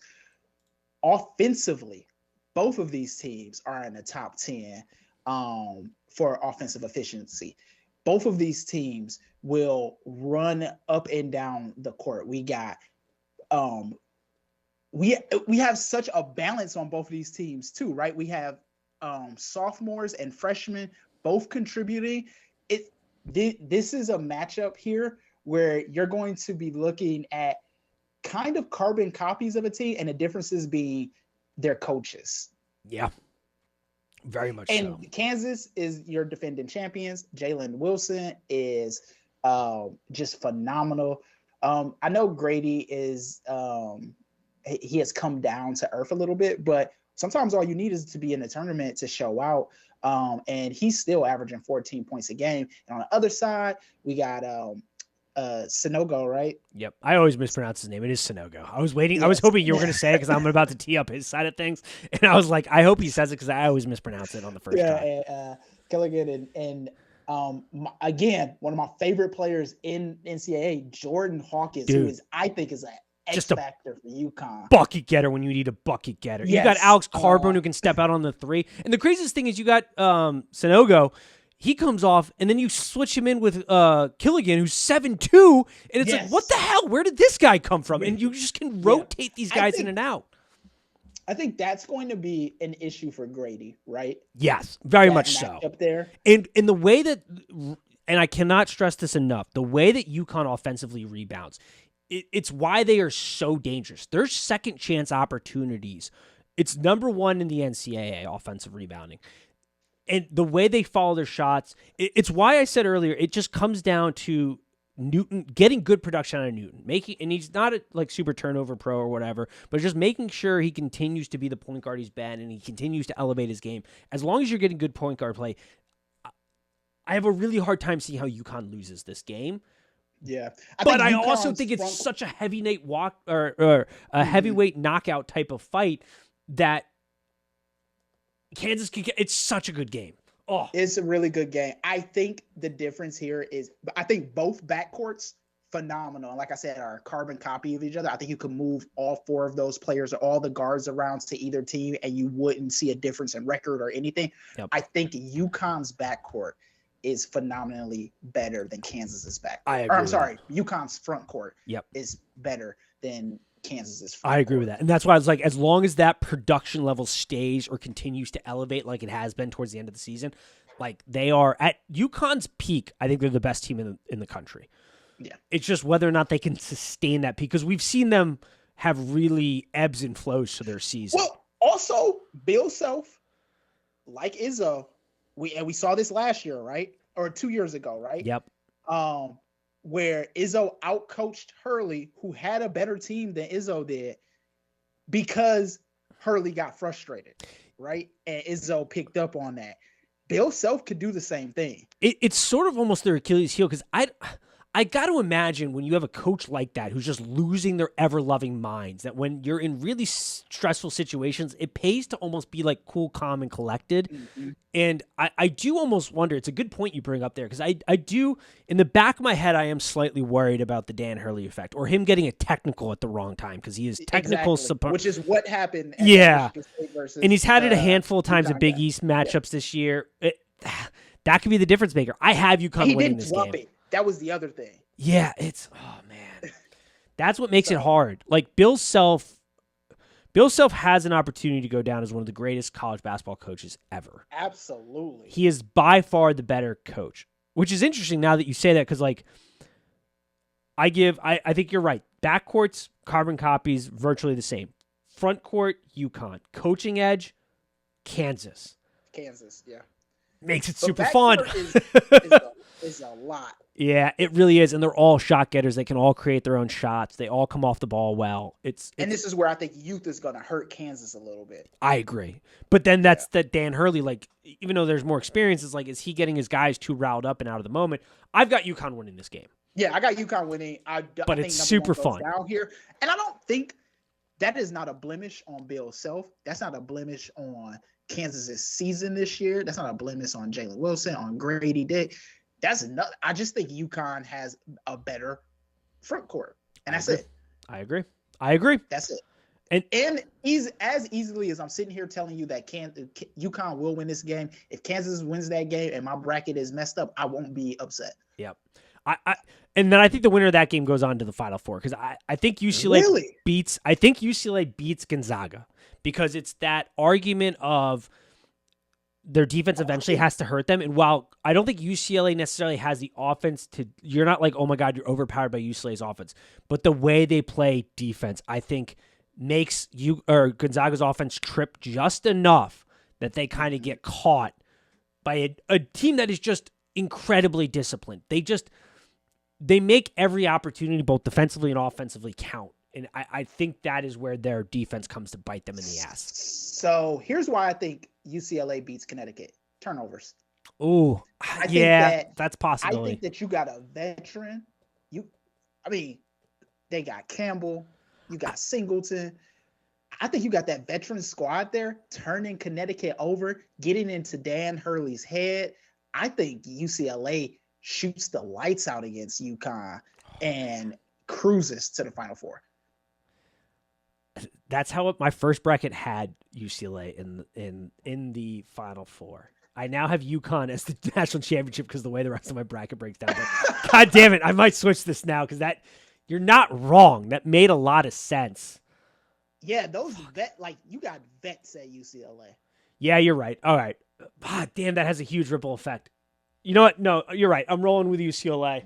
I'm gonna be really mad if UConn wins this whole thing, because I had them picked, but no, you're right. I could see that, and that's where the Newton thing comes into play. And all right. Yeah, I think the same arguments that we were making for Kansas didn't flip. Yeah. For UCLA. No, you're right. Yeah. And this is why you got the promotion to senior basketball analyst. Yep. All right. That's exactly right. All right. Now we've said this, and watch fucking Kansas just stroll to the Kansas just wins the whole thing with not even missing a beat. Back-to-back national champions.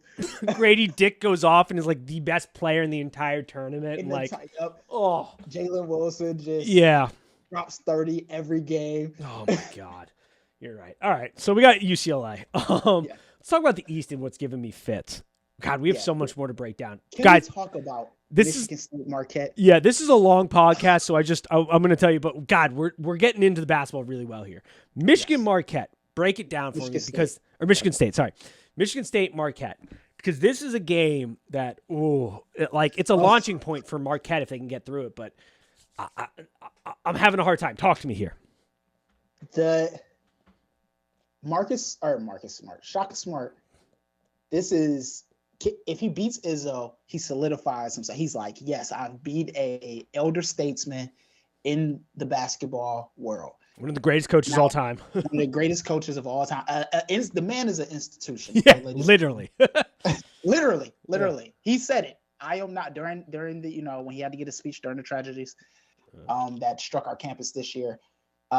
He said it, and he's not wrong. Can Shaka Smart exploit Michigan State's inability to score in bunches. That is what this game comes down to. Because Izzo knows, just like against, here's the thing. I think the same game plan you play against USC is the same one you employ against Marquette, because Marquette cannot rebound the ball and does not defend well from the three, which means if Joey Hauser and Tyson Walker shoot lights out from the three-point line, this game is over before it begins for Marquette. With that said, I picked Marquette to win this game. I did as well, so we're not gonna go crazy there. I do have Marquette. It's a springboard for them, and it's why I get why a lot of people I hate the East. I know this is going to be the bracket that eats me alive. Is the East bracket, but I'm with you because I get all those points. I don't know. I don't think Michigan State has enough in the tank, but I don't know enough. So the fact that you're kind of reinforcing my, I think Marquette just gets past them just barely, but similar strategy. Yeah, I think if this game comes down, ladies and gentlemen, if this game comes down to the wire, Marquette wins. The only chance that Michigan State has to win this game is if we're up 10 with 4 minutes to go. Yep. 4 or 5 minutes to go. Then That's think, in my opinion, sets up for a Kansas State Marquette game, because I don't think Kentucky gets past. No, Kentucky State has no chance against Kansas State. Nope. I agree. I think Kentucky gets out of the first round. I think you may have said Providence. I'm going to go Kentucky. No, I said Kentucky. Oh, you did? Okay, cool. Some of this, I don't remember all of our differences. No, it's fine. I got Kansas State here going up against Marquette, which is a conundrum for me. But this is where I think Kansas State is able to do what Michigan State isn't able to do, and they're able to put together a complete offensive game against Marquette, as well as give Marquette enough fits to make them trip defensively because of the way they play and the way they attack you in their aggressiveness. That ends Marquette's March Madness run. Yeah, I think Marquette, the defensive shortcomings of Marquette get exploited this game by a very good Kansas State team. Yep. I think Kansas State comes in there after beating not a good Kentucky team, a middling Kentucky team, but beating the brand, right? They beat the name on the chest.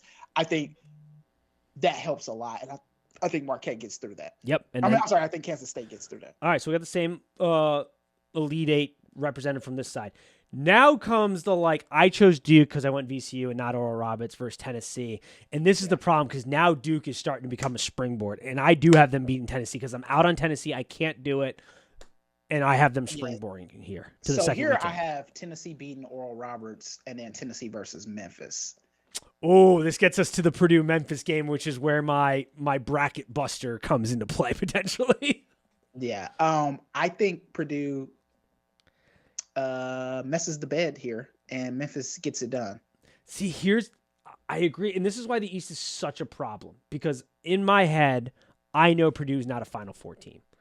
No. But if they get through this game, I have a hard time making a case for them not making a Final Four. Either Duke or Tennessee, I think. Yeah, which then becomes Kansas State versus Purdue, and then I still don't know if they have enough Kansas State, and then Purdue's in the Final Four, and I'm like, I just got done saying Purdue is not a Final Four team, but it's because of this Memphis game, which I think they eke out, but that also goes against what I was saying, that Penny Hardaway has figured out what he needs to do coaching-wise. He's much more flexible. Penny Hardaway outcoaches Brad Painter in that game, in my opinion. Okay, so we're on the same page, because I'm nervous he's going to press him too late, or he's just not going to adjust, because Memphis is going to have to adjust. What is there to press, though?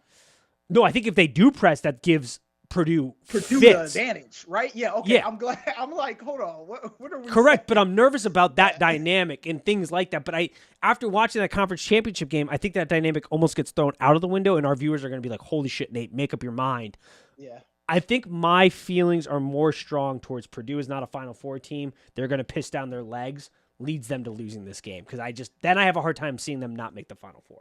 Penny, if you're listening to this, do not press against Purdue, or you're going to be down 20 points. Yes. Yeah. Don't do that. Sit back. Penny played basketball at the highest levels. Correct. He is now getting into coaching. There's at least an assistant on Memphis that says don't press against Purdue. Oh my goodness. All right. I'm glad we're on the same page there. So then, now I got Memphis versus Kansas State, and I'm taking Kansas State out of there. I don't hate that, which is how my bracket would then break down because I got Duke versus Memphis. And I think even though Duke's getting hot at the right moment, I think Memphis continues to roll off a big Purdue win. You got Memphis versus Kansas State. I'm with you. I'm also going Kansas State out of this. Cool. Yeah, I think Penny's Cinderella story stops there. All righty. This South bracket. Yeah. Missouri, Arizona. Let's pull Alabama. Oh, go ahead. Yeah. No, Alabama, West Virginia. I think Alabama blows through that game. Alabama is so good. I don't think they really. I'm having a hard case rooting or finding ways Alabama loses, which we can dive into more there too. But no, I don't think so. Like I got Alabama versus San Diego Alabama State. versus San Diego State. Yep.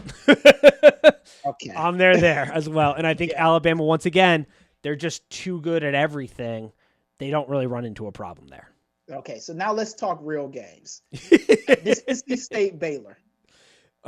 Wait, which one? Oh, you got NC State. I got Creighton. I got NC State. You got Creighton Baylor. Okay, so Creighton Baylor. Who are you taking? I take Creighton. I think Baylor's just a little too pretty boy basketball right now for what Creighton will bring to the table, and this is where Doug gets into his bag and just out coaches this Baylor team because also Baylor doesn't play good enough defense, which is like a real problem going against this Creighton team that schemes. Like this is where the scheming comes in the way that Greg Durman has been able to identify weaknesses and really attack them. And I think Creighton just like sort of tears them apart offensively, and they have enough defensive juice to kind of shove it to pretty boy offense in Baylor. NC State plays in your chest defense and in your chest offense. Meaning, if you don't know what this means, their guards are attacking you. And vice versa. When they're on the defense, those guards are attacking you like they have the ball. They don't turn the ball over. They play scrappy. They're undersized, but I don't think that's the issue. And like you said, Baylor doesn't like to get dirty. Yep. And that's why I think whoever you picked here, either if it was I don't hate it or NC State, I think Baylor loses here. I agree. I think the key takeaway is this is where Baylor ends. I think no matter who wins that Creighton NC State game, both those teams present a matchup and stylistic problem for Baylor. Yeah. Utah State or Missouri, I don't care. Arizona is too much for. I agree. Yeah. Which gets me to Arizona in the Elite Eight. Like, I do think they beat NC State or Creighton. I do, too. Here's the problem. Bama versus Zona. Arizona gives me major, we're going to bounce the ball off our foot in the final moments type of vibe, or call a timeout when we don't need it, or slip on the baseline. Like, they give me major moments too big, we mess up vibes. I don't know if anybody else is feeling that, but that I am feeling from Arizona this year. I can't fully put my foot on it, but I feel like they're a great story. Lloyd's done a great job after Sean Miller. I just feel like they're going to run into an Alabama buzzsaw that's more disciplined, which is a crazy thing to say given what's going on in Alabama. Wildcats are top 10 in tempo. And what did we talk about Alabama's shortcomings was? A slow start in the beginning of the game. Yep.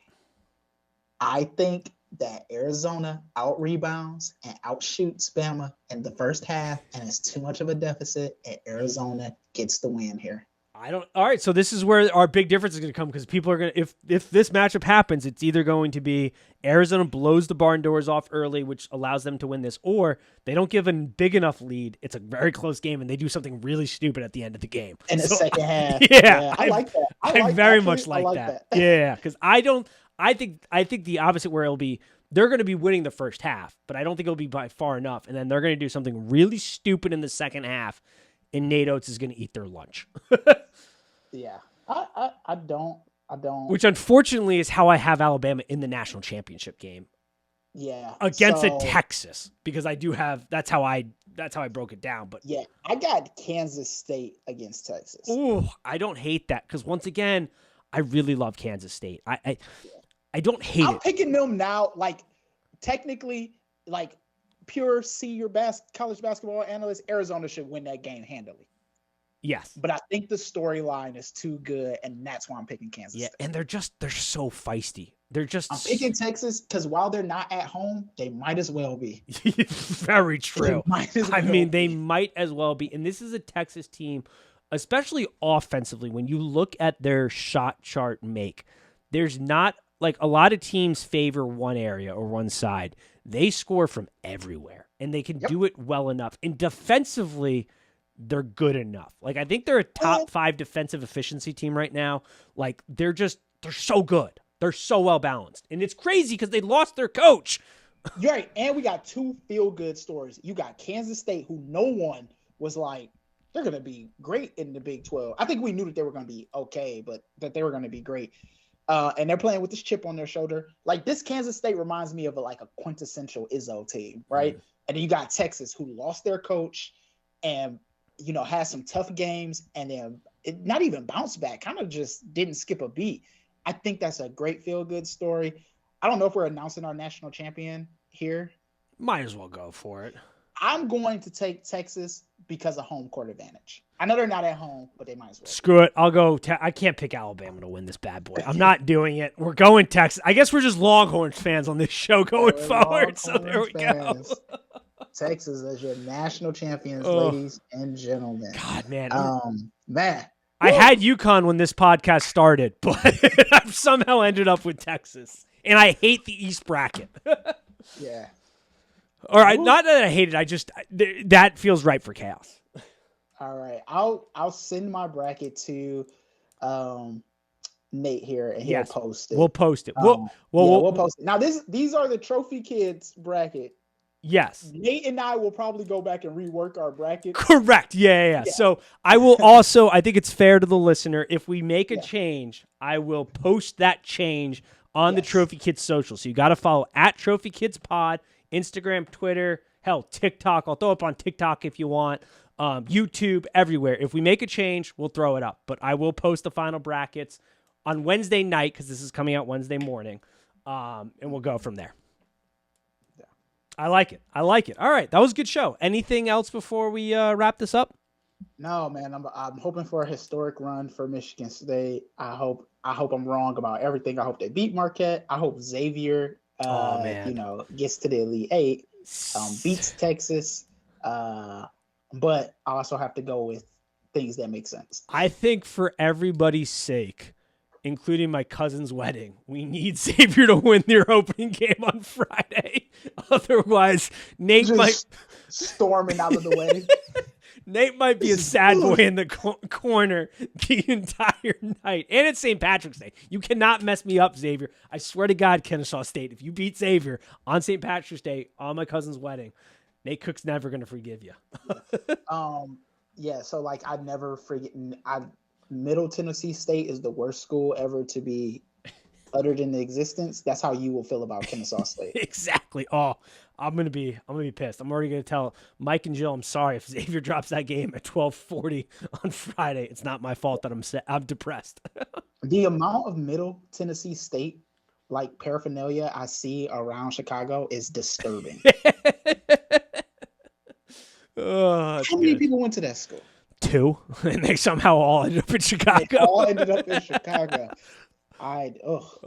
Giddy Potts, nightmares. Oh my God. Yeah, I don't need that. We're back for the first time in 4 years. We've got I think Sweet 16, legit Sweet 16, maybe Elite 8 hope, but we'll see. Anything else before we wrap this up?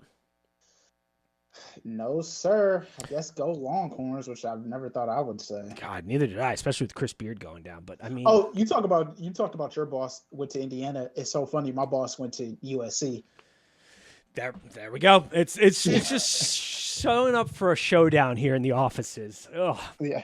I'm going to tell you right now, Paul, I cannot have Paul's Xavier, Indiana showing up in the Elite Eight for a trip to the Final Four and Indiana winning that game. That's how my life turns into a living hell. Yeah. If you thought Michigan fans were just obnoxious, wait till you have a good Indiana. Yeah, he's been very humble about his Indiana experience. So I've been at least good. Yeah. The Hoosiers have had to be humble for the last 5-6 years. But their program, maybe it's finally turning another program. Marquette, I'll say that. Indiana would be great if they could get back to being really good, prominent basketball teams. I think that would be really good for the health of the sport. We talk about that You all know with what? football and like teams that You need know to get what good. But Indiana did that. That I'm glad that they did. That other teams have to learn. When you drop bags have a secretly. coach, But get rid of also coaches. let Mike Woodson do what he does. Like Indiana has had some bad seasons under Woodson, but still allowing him to coach and get his. That's not untrue. Yeah. Yeah, and a lot of teams would have like put him on a hot seat or what have you. And Indiana didn't do that, and so. And they haven't thrown any chairs. Mike Woodson doesn't seem like he's going to throw a chair anytime soon. Hasn't choked out a player. Use racial slurs. None of that. None of that. So, hasn't been cool as a cucumber and then all of a sudden just break into a hard right direction. Like, oh my God, what is going on here? Yeah. So, no. I think Mike Woodson has done a phenomenal job there. I think disagree with Micah has done a good job. I think the coaches in the Big Ten, despite the record, have done a good job. I agree. I don't disagree. Yeah. All right, that'll do it for us. Go Longhorns, I guess. I guess go Longhorns. Oh my goodness. I'm gonna go back and forth. You talked about a UConn, but I'm sure like tonight or tomorrow, you'll probably change that. I'm gonna change it right back because they were my national championship. But like, God damn it, your points were so good. It's like, yeah, I could see that because that's what I'd been leading up to that moment. I basically it's that picture of Dwayne Wade, like I'm lobbing you the ball and you're LeBron because I was setting it up with like. Newton's got to play really well. They just got to play really well. And I've been hate watching UCLA all year. Like staying up and watching them. And so there's also that danger that I've seen a lot of UCLA basketball. One of us has got to be, neither one of them could make it, I guess, technically. I mean, technically neither one of them could make it. But, because, I mean, Gonzaga, it's going to be interesting. I don't know. Like I said, Kansas could beat UConn, but I got them breaking that way. Gonzaga, I guess, could beat UCLA. I do think UCLA we talked about it. People know, but listen to the episode. Listen to the episode. This is the problem with years where there's too much parity. There's just too much parity. I need a couple more just like dominant teams that I can count on. Yeah, there's like Alabama, presumably a dominant team, but even I have them losing against Arizona. Houston, like you pointed out, not a dominant team. No. Kansas, again, dominant team, but when we're talking about UConn being in their bracket, this is why I'm saying that Kansas got shafted. They should not be in a bracket with UConn. They should not be in this bracket with UConn, UCLA, and Gonzaga. Those top this is four. Where Houston should be. Correct. Yeah, this is Purdue. Yeah, like this is incredible. Like this, that's a tough bracket. That might be the toughest bracket there is. That has to be the toughest. The West is the West is the toughest. I'm looking at it because you got TCU. Like Gonzaga's got to get through TCU. That's a tough matchup. UConn's VCU's not really a tough matchup, but like Arkansas, Illinois is a good game. But then Kansas has got to beat Arkansas, not a cakewalk. And then you got UConn, and then you got UCLA or Gonzaga potentially, or I guess TCU. Like, yeah, that's what I'm saying. Like, it doesn't matter who wins there. TCU, Gonzaga, UCLA, even Northwestern. Yeah, it's cutthroat. That division, that is a. Oh, man. And then you got fucking Purdue over here with Oral Roberts. Tennessee, Duke. Tennessee. Like, Marquette, I guess not even a strong two. Yeah. Like, Michigan State. Like, come on. Like, you could potentially watch Michigan State versus Purdue in the elite. Like, come on. What are we doing? Oh, it's so true. Yeah.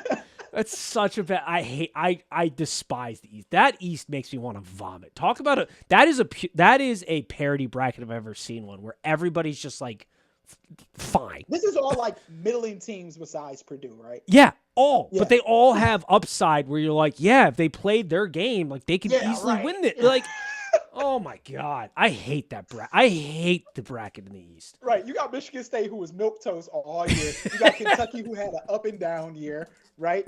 You got Kansas State who had a solid year. So let me not take anything. Yeah, which we've been very high. I mean, hell, they're in our Final Fours. They're in our Final Four, right? But there's a reason Kansas State is going to the Final Four out of that bracket. Correct. Watch it all. And you got a Memphis team whose upwards trajectory started like 3 or 4 weeks ago, right? Yeah. Watch fucking Montana State and all the fans that have become fans of them through like Yellowstone and move into Bozeman, somehow beat Kansas State, and then our whole thing's just lighted on fire. I honestly wouldn't be surprised. Like, I don't know who's coming out of this, but it's going to be I picked Kansas State, but it's going to be absolute chaos. Yeah, chaos in the East. And then the West is like, it's cutthroat. Look at all those name brand teams in the West, first and foremost. Name brand and also living up to their brands this year for the most part. Like, that's the problem. It's not just Kansas, the name on the front of the UCLA, Gonzaga. Arkansas, a team that's been to back-to-back Elite Eights and is still like not as good as those teams, but like still a tough out. Like, they're a tough out. To be honest, I want to take all 3 of these all 4 of these premier teams, 5 of these premier teams, and put them elsewhere. And switch some other teams on that side. Spread it out a little bit. Spread it out because you put too much over here. This isn't fair. This isn't fair to UCLA either. No, I agree. Or UConn, for that matter. Look, if you take UConn and put them up there with Bama. Oh, man.